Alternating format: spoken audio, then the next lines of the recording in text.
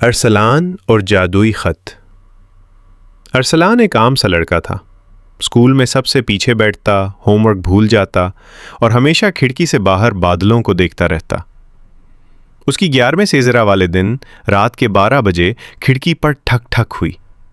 باہر ایک سنہری الو بیٹھا تھا، چونچ میں نیلے رنگ کا لفافہ دبائے۔ لفافے پر چمکتے ہوئے لفظ تھے: ارسلان مرزا، ٹوٹی چھت والا کمرہ، گلی نمبر 7، ستارہ ٹاؤن۔ اندر لکھا تھا: محترم ارسلان، آپ کو قوس قزح جادو اکیڈمی میں داخلہ مل گیا ہے۔ آپ کے اندر چاند کی مٹی والا جادو ہے۔ کل صبح سورج نکلنے سے پہلے پرانی لائبریری کے پیچھے والے کنویں میں چھلانگ لگا دینا۔ ڈرنا نہیں، کنواں سوکھا ہے۔ پرنسپل استاد قمرو۔ ارسلان کی آنکھیں پھٹی کی پھٹی رہ گئیں۔ میں؟ جادو؟ لیکن میں تو ریاضی میں بھی فیل ہوں۔ اگلی صبح دل تھام کر ارسلان کنویں میں کود گیا، مگر وہ گرا نہیں ہوا۔ میں تیرنے لگا۔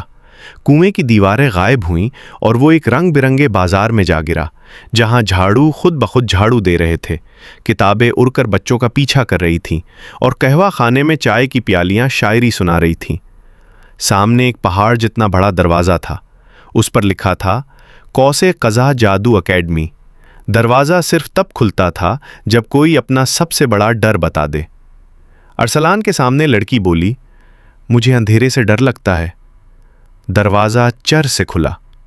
لڑکا بولا: میں سب کو مایوس کرنے سے ڈرتا ہوں۔ دروازہ کھل گیا۔ ارسلان کی باری آئی۔ اس کا گلا سوکھ گیا۔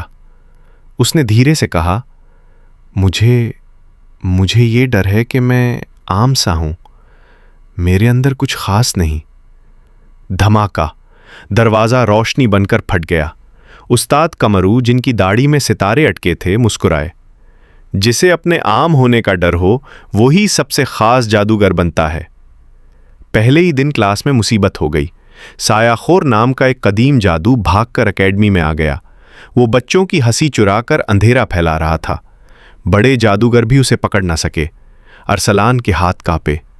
استاد قمرو چلائے: چاند کی مٹی والا جادو صرف وہی کر سکتا ہے جو اپنے ڈر کو گلے لگا لے۔ اختتام: عام لڑکے کا خاص جادو۔ ارسلان نے آنکھیں بند کیں اور چلایا: ہاں، میں عام ہوں اور مجھے اس پر فخر ہے۔ اس کے ہاتھوں سے چاندنی سی مٹی نکلی اور پورے ہال میں پھیل گئی۔ جہاں مٹی گری وہاں ہر بچے کا ڈر کھلونے بن کر ہنسنے لگا۔ سایہ خور چیخا، کیونکہ اس کی خوراک ڈر تھی اور ہنسی اس کا زہر۔ وہ غبارہ بن کر پھٹ گیا۔ پھس! اگلے دن ارسلان کی ریاضی کی کاپی پر استاد نے لکھا: 100/100 جادو سے نہیں، محنت سے۔ کیونکہ اب ارسلان کو پتہ چل گیا تھا، اصل جادو چھڑی میں نہیں، یقین میں ہوتا ہے۔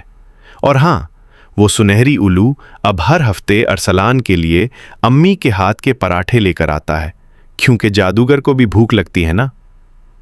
سبق: تمہارا سب سے بڑا ڈر ہی تمہاری سب سے بڑی طاقت بن سکتا ہے۔